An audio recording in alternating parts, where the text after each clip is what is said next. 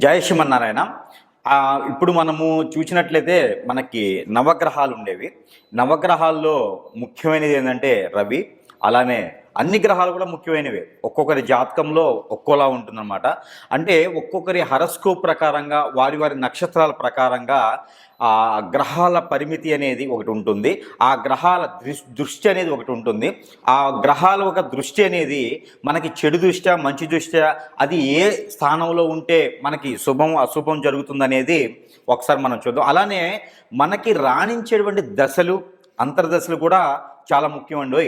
ఈ దశలు అంతర్దశలు కూడా ఎంత ముఖ్యమంటే మనకిప్పుడు సపోజ్ ఒక రాశి తీసుకున్నాం అనుకోండి.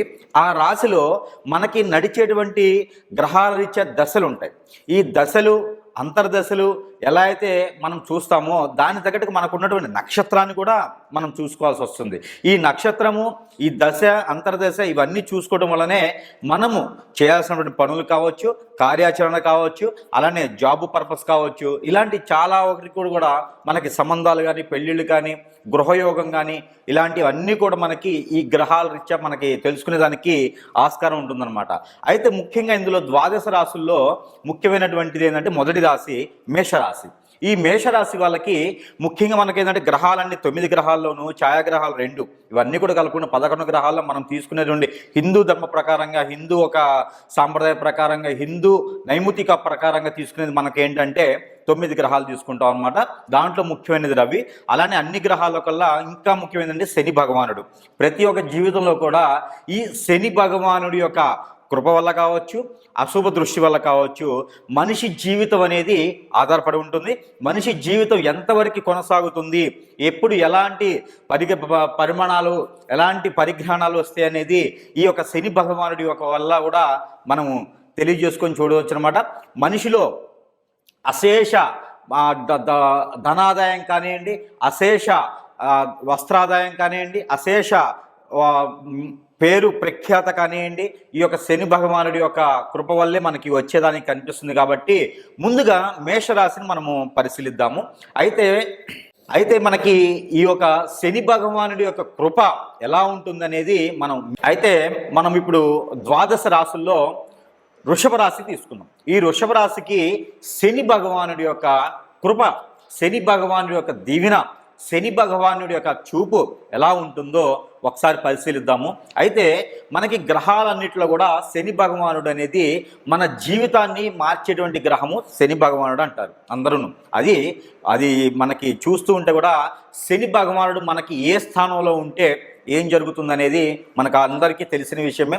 అయితే ఈ శని భగవానుడు ఏం చేస్తాడంటే ఈ యొక్క వృషభ రాశి వాళ్ళకి మంచిగా చేస్తాడని చెప్పొచ్చు. శని భగవానుడి యొక్క కృప ఈ వృషభ రాశి వాళ్ళకి బాగానే ఉంటుంది. ఎందుకంటే ఇప్పుడు ప్రథమంగా శని భగవానుడు వక్రం చూపులో ఉన్నా, స్ట్రైట్గా వెళ్తున్నా కూడా 9వ స్థానంలో ఉన్నాడు. ఈ 9వ స్థానం నుంచి ఇప్పుడు 10వ స్థానంకి, 11వ స్థానానికి కూడా శని భగవానుడు అనేది రావడం జరుగుతుంది. అయితే 2025 మార్చి 29వ తారీఖున 4:24 శని భగవానుడు వచ్చేసి మనకి కుంభరాశిలో నుంచి మీనరాశికి వస్తున్నాడు అన్నమాట. అయితే ఈ మీనరాశికి శని భగవానుడు రావటం వలన ఈ వృషభ రాశి వాళ్ళకి కొంతమేర నష్టమని చెప్పొచ్చు, కొంతమేర లాభమని చెప్పొచ్చు. అంటే బళ్ళు ఓడలవుతాయా అనేటువంటి పరిస్థితిలో ఈ శని భగవానుడి యొక్క కృప ఉంటుందన్నమాట. అయితే ఈ వృషభ రాశి వాళ్ళకి ఎలా ఉండబోతుందంటే ఎక్కువగా మీరు భయపడాల్సిన అవసరం లేదు. శని భగవానుడైనా, రాహుకేతులైనా, బుధుడైనా, గురువైనా ఎవరైనా సరే వాళ్ళ పరిధిలో వాళ్ళ కాల ప్రకారంగా అవి గ్రహాలు ఇచ్చే తిరుగుతూ ఉంటాయి. ఏ రాశుల కంటే ఆ రాశిలోకి కాలక్రమేణా వస్తూ ఉంటారు. కాబట్టి వాటి గురించి మీరేం భయపడాల్సిన అవసరం లేదు. అదే టైంలో మనకి గురువు కూడా మారుతాడు, అలానే బుధుడు కూడా మారుతున్నాడు, అలానే శుక్రుడు కూడా మారుతున్నాడు. కాబట్టి ఎక్కువగా మీరేమి భయపడాల్సిన అవసరం అయితే లేదు. వృషభ రాశి వాళ్ళకి ఏంటంటే ఎప్పటి నుంచో మంచి జరుగుతుందండి. మంచి అంటే ఎలా ఉంటుందంటే ఎప్పటి నుంచో మీరు ఏమన్నా విదేశాలకు ఏమైనా ప్రయత్నం చేస్తుంటే కనుక ప్రయత్నం చేయండి. ఇప్పుడు శని భగవానుడు మారుతున్నాడు కాబట్టి మీలో చైతన్యాన్ని ఇస్తాడు. వృషభ రాశి వాళ్ళకి 100% చైతన్యాన్ని ఇచ్చేటువంటి అవకాశం ఉంది. కాబట్టి మీరు అందరూ కూడా విదేశాలకు ఎవరైనా ప్రయత్నాలు చేస్తుంటే కనుక ఖచ్చితంగా మీరు ప్రయత్నం చేయండి. ఇంటర్వ్యూలో పాస్ అవుతారు. విదేశాలకి వీసా కూడా దొరికేటువంటి అవకాశం ఉంది. కాబట్టి తప్పకుండా ప్రయత్నాలు చేయండి. ఎందుకు ఒకటే ప్రయత్నం విదేశాలకు వరకే చెప్తున్నాడు అని అనుకోవచ్చు. మీరందరూ ఎప్పటి నుంచో మీరు ప్రయత్నం చేస్తున్నారు. ఈ శని భగవానుడి యొక్క కృప మీకు విదేశాలు పంపించేందుకు ఆస్కారం ఉంటుంది. కాబట్టి వెళ్ళాలనుకున్నటువంటి అందరూ కూడా, వృషభ రాశి వాళ్ళందరూ కూడా ఈ యొక్క శని భగవాన్ యొక్క కృప ఉంది. కాబట్టి ఈ రానున్న 2.5 సంవత్సరాల వరకు కూడా 2027 ఆగస్టు వరకు కూడా మీరు ఈ విదేశానికి ప్రయత్నం, కానీ విదేశాల్లో ఎంఎస్ చేయాలనుకున్నా, డాక్టర్ చేయాలనుకున్నా కూడా మీరు అందరూ కూడా ప్రయత్నం చేయండి. ఖచ్చితంగా వృషభ రాశి వాళ్ళు విదేశాలలో నుంచి ఖచ్చితంగా విదేశాలకు వెళ్ళేటువంటి అవకాశం కనిపిస్తూ ఉంది. మనం చివరిలో చిన్న చిన్న ప్రెడిక్షన్స్ కూడా మనం విదేశాలకు వెళ్ళేందుకు ఏమున్నాయనేది కూడా మనం చూద్దాము. అయితే మనకి ఆరోగ్య సమస్యలు ఎవరికైనా వృషభ రాశి వాళ్ళకి ఇప్పటివరకు ఉన్నటువంటి ఆరోగ్య సమస్యలు ఏమైనా ఉంటే, దీర్ఘకాలికంగా బాధిస్తున్నటువంటి ఆరోగ్యాలు ఏమైనా ఉంటే కూడా అవి కూడా వెసులుబాటుగా అవి కూడా కుదుటపడతాయి. మంచి ప్రకృతి వైద్యశాలకు వెళ్ళేసి ప్రకృతి వైద్యం కనుక చేయించుకున్నట్లయితే కనుక మీరందరూ కూడా వెసులుబాటు దొరుకుతుందండి. ఆ మేర ప్రయత్నం కూడా మీరు చేయండి. అయితే ఈ వృషభ రాశి వాళ్ళకి అకస్మాత్ ధనలాభం అనేది ఉంటుంది.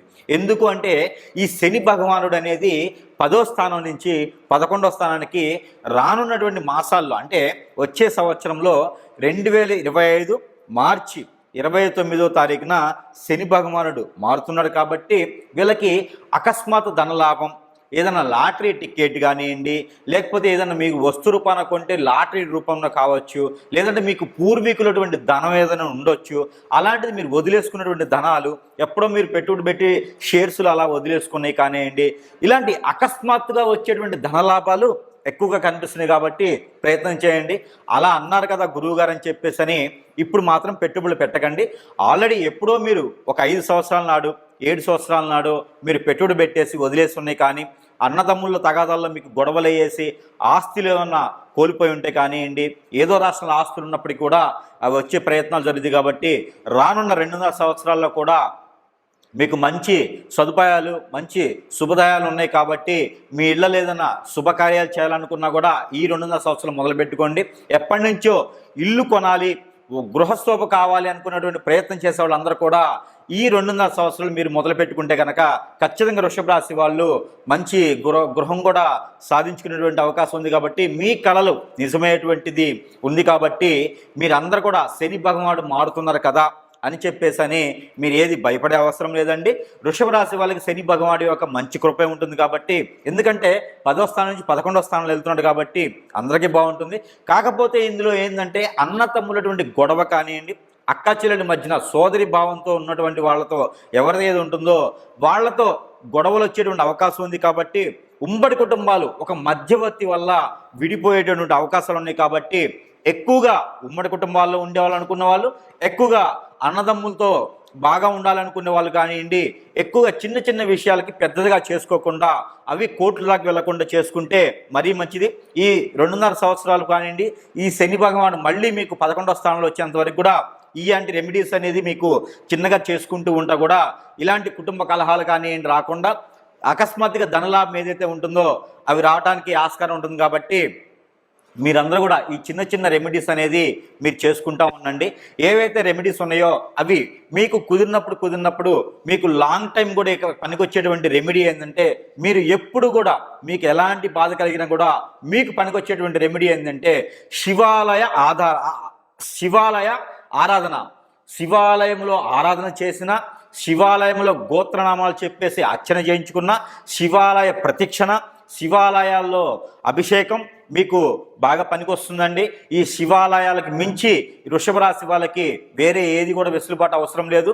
శివాలయాల్లోకి వెళ్ళేసి సాయం సంధి వేళలో కనుక మీరు అక్కడ మీకు పరిసర ప్రాంతాల్లో శివాలయం ఉంటే సాయం సంధి వేళలో అభిషేకం చేసేటువంటి ప్రక్రియ ఎక్కడ ఏమైనా ఉంటే కనుక అక్కడ అభిషేకం చేయించుకోవడం వలన మీకున్నటువంటి శని దోషం కానివ్వండి, మీకు కలిగేటువంటి శని భగవాన్ యొక్క అశుభ దృష్టి నుంచి శుభ దృష్టికి వెళ్ళేలాగా ఉంటుంది. కాబట్టి అందరూ కూడా మీకు ఏదైనా బాధ కలిగినా, బాధ కలగకపోయినా కూడా ప్రతి నిత్యం కూడా మీరు శివారాధన చేయండి. అలానే శివునికి సంబంధించిన ఆలయాల్లో ఎందులైనా సరే మీరు అభిషేకం చేసుకున్నా, ఆరాధన చేసినా కూడా మీకు మంచి ప్రతిఫలం అనేది ఉంటుందండి.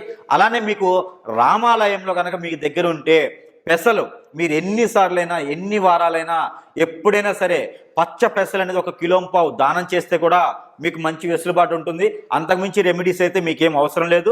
మీ పర్సనల్ హారోస్కోప్ ఏదన్నా చూపించుకోవాలనుకుంటే మీకు దగ్గరలో ఉన్నటువంటి గురువు గారి దగ్గర చూపించుకుంటే, మీరు కొత్తగా ఏదైనా మొదలు పెట్టాలనుకుంటే కనుక దానికి తగ్గట్టు పరిహారాలు అనేది మనం అక్కడ గురువు గారు చెప్పడం అనేది జరుగుతోంది. ఎందుకంటే మీ దశలు అంతర్దశలు కూడా మనం చూసుకోవాలి కాబట్టి, దాని తగ్గట్టుగా ప్రతిఫలం మనకి పొందాలి కాబట్టి అవన్నీ కూడా మీకు దగ్గరలో ఉన్నటువంటి గురువు గారి దగ్గర మీ పర్సనల్ హారోస్కోప్ చూపించుకోండి. అయితే ఇంకొక విషయం ఏంటంటే, ఇవన్నీ కూడా మనము గ్రహరీత్యా ఉండేటువంటి వృషభ రాశి వాళ్ళకి గ్రహాల మీద ఉండేటువంటి దోషాల ప్రకారంగా చెప్తా ఉన్నాము. అయితే నామ నక్షత్రాలకు ఎవరు నమ్మకూడదండి. నామ నక్షత్రాల మీద రాశిని చూసుకునే దానికి అవకాశం లేదు. నామ నక్షత్రాలతో రాసులు అనేది పెద్దగా ఫలించవని నేను చెప్తా ఉన్నాను. మీ అందరూ కూడా పంచి గురువు గారి దగ్గరికి వెళ్ళేసి చూయించుకొని అందరూ కూడా మంచి శుభంగా సుఖ సంతోషంగా ఉండాలని నేను కోరుకుంటా ఉన్నాను. జై శ్రీమన్నారాయణ.